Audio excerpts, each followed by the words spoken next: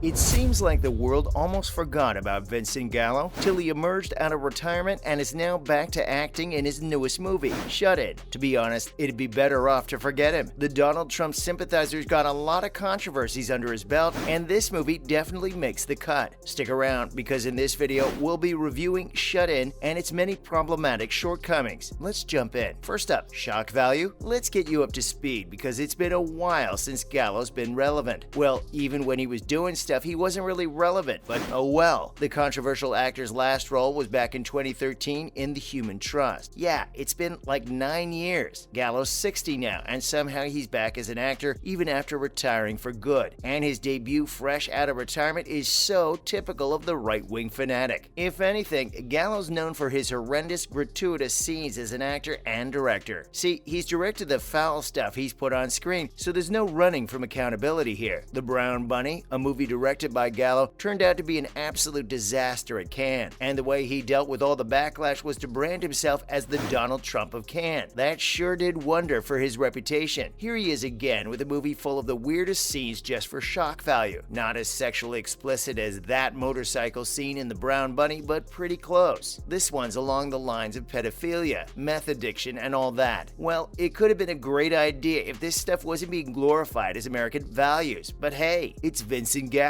Next, Shut In? More like Shut Your Eyes. Okay, about Shut In. It's a thriller, but honestly, only sickos would be thrilled by it, not gonna lie. The story revolves around Jessica, a single mother and recovering addict, moving out of her farmhouse barn with her kids. Her junkie ex-boyfriend then shows up and just locks her and her daughters inside the barn with 3 grams of meth. He's brought a buddy too, only this guy is a convicted pedophile named Sammy, and is played by none other than Gallo himself. Rob, her ex, is shown to be the good guy throughout the movie, even at the end when he's persuading Jessica to do meth with him. Sammy, of course, is the main villain, and after Rob breaks Jessica out, he somehow persuades him to lock her back in. Even after a few rewatches, there doesn't seem to be any logic here. What kind of Christian values are these? You lock your wife and kids inside a house, leave your pedo friend to chase after them, and you're still the good guy. Yep, that's really righteous of you. And now for right-wing pandering. Other than the dull storyline, the Christian undertones aren't exactly subtle. They're quite gory too. At one point, Jessica literally ends up with nails stuck in her palms. Plus, one of the characters is literally nailed to the floor for most of the movie. Stretching out all the graphic scenes so long just turned out boring. They might have intended to make it an allegory about the struggle and suffering of Jesus Christ, sure, but it didn't translate that way. It was just painful to watch. Not to mention that the Daily Wire produced this movie and gave it a platform. Yes, the right-wing conservative news website. It's their first original film. Well, let's just say we get the message. But that doesn't really hold any value when the message is pretty meaningless. It's like a mixed match scrapbook of modern Hollywood shock value and conservative scare tactics in the shape of a movie. Lastly, we have the cherry on top. We gotta talk about the acting. For a thriller, the actors delivered pretty bland performances. Rainey Qualley, who plays Jessica, lacked a lot of depth. Just like his ex, Rob's acting was pretty low par too, and he's played by Jake Horowitz. We will say this though, Vincent Gallo sure knows how to act a pedophile well. His glowering gaze really tied the movie together. Love him or hate him, you'll definitely be scared of him in this movie. All in all, this movie's probably a tired jab at how Hollywood's diversified itself now. The liberal curse, as conservatives call it. Gallo definitely would, as he has complained many times that mainstream Hollywood is just not ready for his gritty realness. Well, Vincent, it is real, or is it just conservative propaganda mixed with misogynistic fetishes? For a guy who could have made something better out of his career, he doesn't seem to be doing that good. Come on, there was all this potential. That 7-second cameo of him in Goodfellas, he could have just gone up from there. We understand wanting to portray your troubled past through film, but what's the point if there's no real life character development? At the big age of 60, it's way overdue for old Gallo here. Though Shut In wasn't an autobiographical movie, we definitely see Gallo's own personality embedded in the movie. The empty gesture of poking fun at the libs in Hollywood, the gore, the weird virtue signaling that backfires. You get the gist. Unfortunately, that's all this movie seems to be about. You could go back in for another watch, but you'll just find yourself going in circles. Not gonna lie, this is pretty on brand for a production by the Daily Wire. We don't know if they'll change their trajectory when it comes to movies, but they've definitely got bigger problems too. A 23% audience rating on Rotten Tomatoes for one. Better direction and acting could have redeemed this movie maybe, but at the same time, it's full of right-wing propaganda, so probably not. We really wouldn't recommend this one. Maybe if you're in the mood to cringe every 5 minutes, go ahead, but other than that, nope. And now, in other Hollywood news, Jurassic World Dominion's opening rakes it in. On a lighter note, it is a great time right now for nostalgic Hollywood fans, and there's nothing more nostalgic than the Jurassic Park franchise. We've all crowded around the TV as kids or teens, terrified at the amazingly CGI dinosaurs on our screens. Well, the final installment in the Jurassic World series just came out, and it's a hit. It devoured $143.4 million